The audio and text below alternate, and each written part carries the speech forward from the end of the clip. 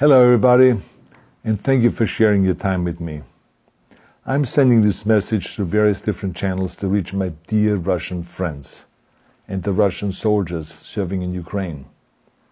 I'm speaking to you today because there are things that are going on in the world that are being kept from you, terrible things that you should know about. But before I talk about the harsh realities, let me just tell you about the Russian who became my hero. In 1961, when I was 14 years old, a very good friend of mine invited me to come to Vienna and to watch the World Weightlifting Championships. I was in the audience when Yuri Petrovich Vlasov won the World Championship title, becoming the first human being to lift 200 kilograms over his head. And somehow a friend of mine got me backstage. All of a sudden there was a 14-year-old boy standing in front of the strongest man in the world. I couldn't believe it. He reached out to shake my hand. I still had a boy's hand. He had this powerful man's hand that swallowed mine. But he was kind, and he smiled at me. I would never forget that day. Never.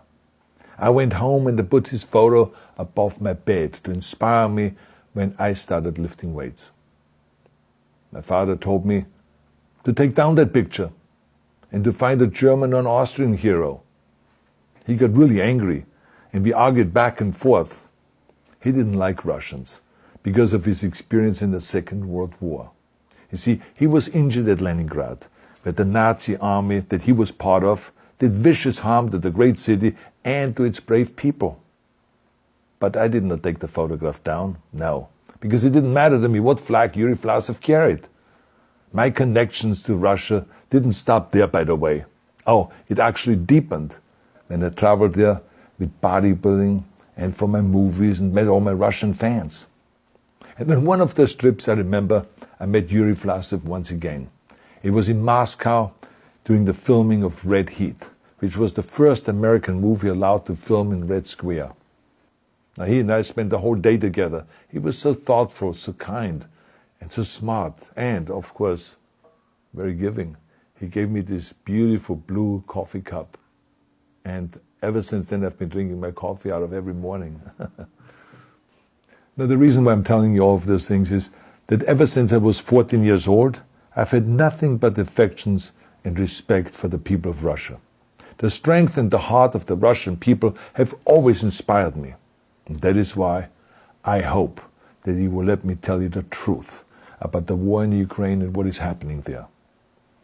No one likes to hear something critical of the government, I understand that.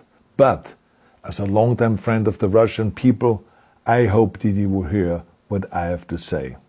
And may I remind you that I speak with the same heartfelt concern as I spoke to the American people when there was an attempted insurrection on January 6th last year, when a wild crowd was storming the US Capitol, trying to overthrow our government. You see, there are moments like this that are so wrong, and then we have to speak up. And it's exactly the same with your government. I know that your government has told you that this is a war to denazify Ukraine.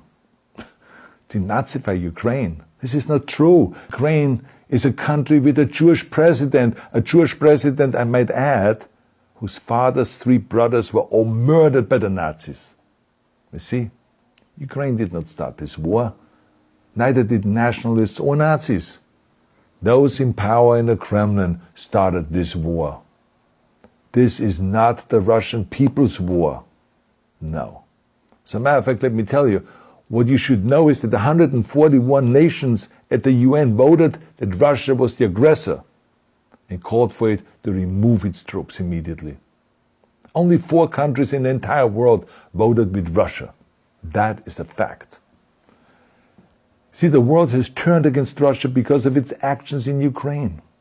Whole city blocks have been flattened by Russian artillery and bombs, including a children's hospital and a maternity hospital.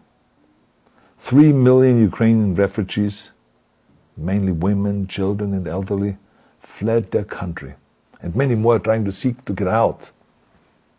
It is a humanitarian crisis. Because of its brutality, Russia is now isolated from the society of nations. You're also not being told the truth about the consequences of this war on Russia itself. I regret to tell you that thousands of Russian soldiers that have been killed.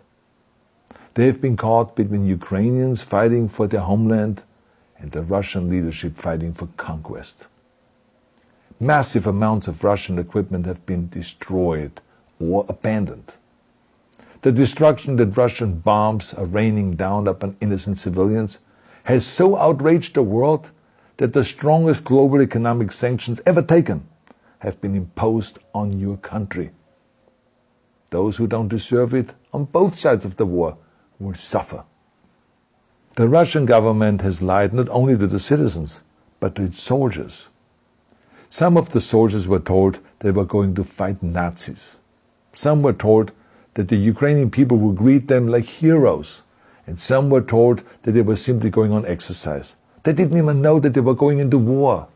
And some were told that they were there to protect ethnic Russians in Ukraine. None of this is true. The fact is that Russian soldiers have faced fierce resistance from the Ukrainians who want to protect their families and their country. When I see babies being pulled out of ruins, I think that I'm watching a documentary about the horrors of the Second World War, not the news of the day. Now let me tell you, when my father arrived in Leningrad, he was all pumped up on the lies of his government. And when he left Leningrad, he was broken, physically and mentally. He lived the rest of his life in pain. Pain from a broken back, pain from the shrapnel that always reminded him of these terrible years, and pain from the guilt that he felt. To the Russian soldiers listening to this broadcast, you already know much of the truth that I've been speaking. You've seen it with your own eyes. I don't want you to be broken like my father. This is not the war to defend Russia that your grandfathers or your great-grandfathers fought. This is an illegal war. Your lives, your limbs, your futures are being sacrificed for a senseless war condemned by the entire world. Now, to those in power in the Kremlin, let me just ask you, why would you sacrifice those young men for your own ambitions? To the soldiers who are listening to this, remember that 11 million Russians have family connections to Ukraine. So every bullet you shoot a brother or a sister. Every bomb or every shell that falls is falling not on an enemy, but on a school, or a hospital, or a home. I know that the Russian people are not aware of such things are happening. So I urge the Russian people and the Russian soldiers in Ukraine to understand the propaganda and the disinformation that you are being told. I ask you to help me spread the truth. Let your fellow Russians know the human catastrophe that is happening in Ukraine. And to President Putin I say, you started this war. You are leading this war. You can stop this war.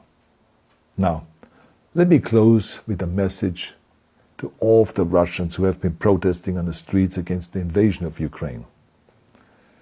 The world has seen your bravery. We know that you have suffered the consequences of your courage. You have been arrested, you have been jailed, and you have been beaten. You are my new heroes. You have the strength of Yuri Petrovich Vlasov. You have the true heart of Russia. My dear Russian friends, may God bless you all.